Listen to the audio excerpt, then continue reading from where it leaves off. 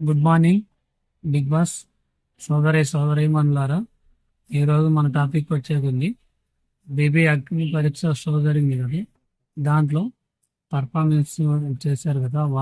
13 మెంబర్స్కి ఆల్రెడీ ఇద్దరు ఎలిమినేట్ అయ్యారు. వాళ్ళని నా లిస్ట్ నుంచి తీసేసాను. ఇప్పుడు 13 మెంబర్స్ ఫైనల్కి వెళ్ళిపోయారు కదా. ఆ 13 మెంబర్స్కి నేను పర్ఫార్మెన్స్ వైజ్గా పాయింట్స్ ఇచ్చాను. మీ అభిప్రాయాన్ని కూడా కామెంట్ రూపంలో తెలియజేయండి. నా టాప్ 13 లిస్ట్ ఇప్పుడు డిస్ప్లే చేస్తాను. అలాగే ఒక్కొక్కరి గురించి చెబుతాను. అలాగే మీ 13 మెంబర్స్ లేదా టాప్ 6 ఎవరు మీరు కూడా కామెంట్ రూపంలో తెలియజేయండి. నా అభిప్రాయాలతో మీకు ఏకీభవిస్తే లైక్ చేయండి, లేదంటే కింద కామెంట్ రూపంలో మీ ఆర్డర్ కంపల్సరిగా తెలియజేయండి. సో ఆలస్యం చేయకుండా వీడియో మొదలు పెడతాం. ముందుగా నా ఛానల్ని సబ్స్క్రైబ్ చేసుకుని ఉంటే ధన్యవాదాలు. లేదంటే సబ్స్క్రైబ్ చేసుకోవడానికి ట్రై చేయండి. అలాగే వీడియోకి లైక్ చేసి వీడియో ఫుల్గా చూడండి. Thank you.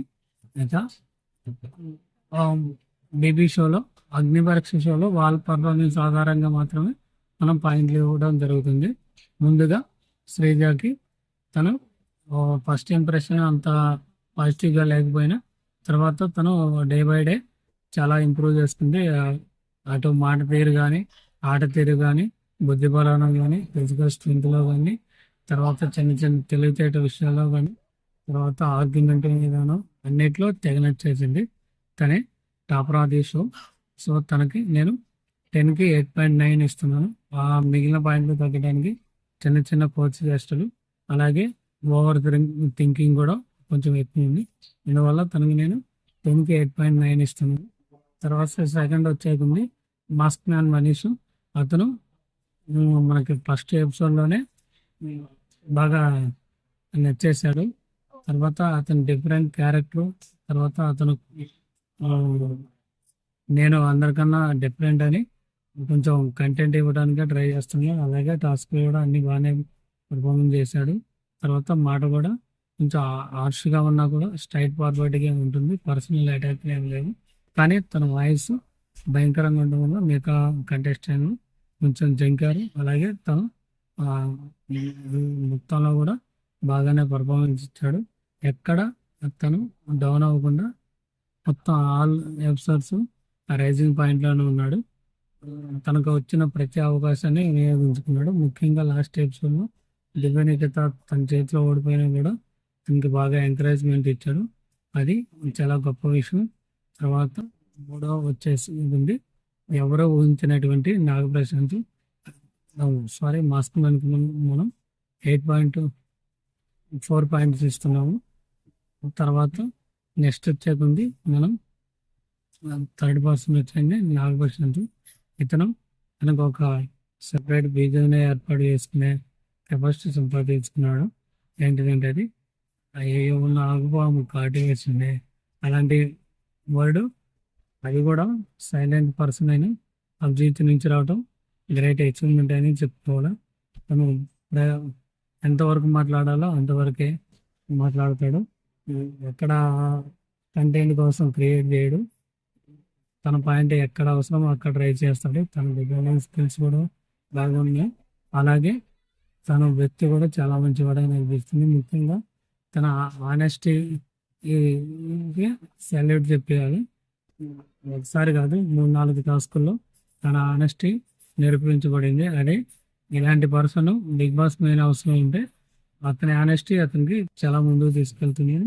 అదిగాక ఇతను చాలా ఎవరికి తెలియని పర్సన్, చాలా డౌన్ టు ఎర్త్ ఉంటాడు. సో అతనికి కూడా మంచి ఫీచర్ ఉందని భావిద్దాం. కంపల్సరీగా ఈ ముగ్గురు బీబీ మెయిన్ షోకి సెలెక్ట్ అవుతారని అనిపిస్తుంది. ఇక 4వ పర్సన్ వచ్చేది ప్రియ. ఎలాంటి పర్సన్ అంటే చాలా ఇంటెలిజెంట్ పర్సన్.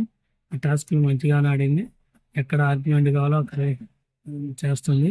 ఇంటెలిజెంట్గా ఎవరితో మనం వెలి పెట్టుకుంటే మనకు కూడా ఫేమస్ అవుతుంది అనే గేమ్ని అంచనా వేయగలుగుతుంది.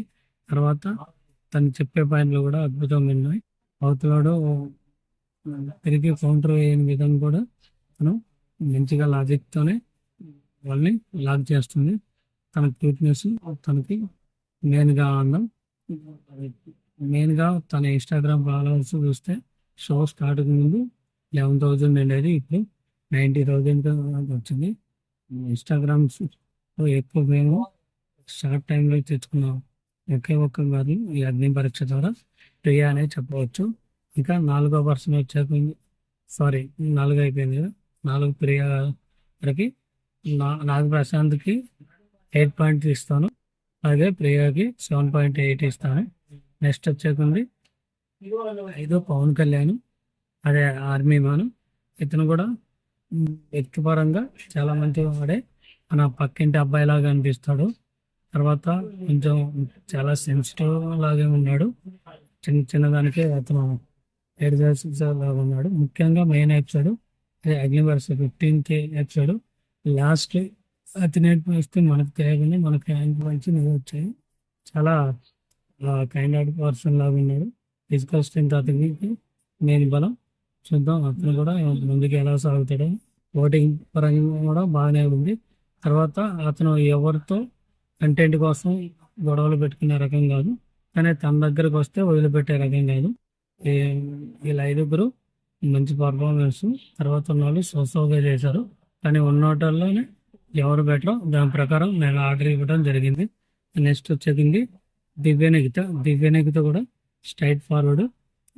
తను ఎంతవరకు తన వాయిస్ రైట్ చేయాలో అంతవరకే చేస్తుంది. అనవసరం విషయంలో తలదూర్చు. టాస్క్లో ఫస్ట్లో ఛాన్సెస్ రాలేదు, కానీ వచ్చిన ప్రతి టాస్క్లో పర్ఫార్మెన్స్ బాగానే చేసింది. తను నిరూపించుకుంది. ముఖ్యంగా 14th డే 15th డే తను చక్కగా పర్ఫార్మెన్స్ చేసుకుంది. లక్ ఫేవర్ లేకపోవడం వల్ల ఆ టాస్క్లో మాస్క్ మ్యాన్ గెలిచాడు.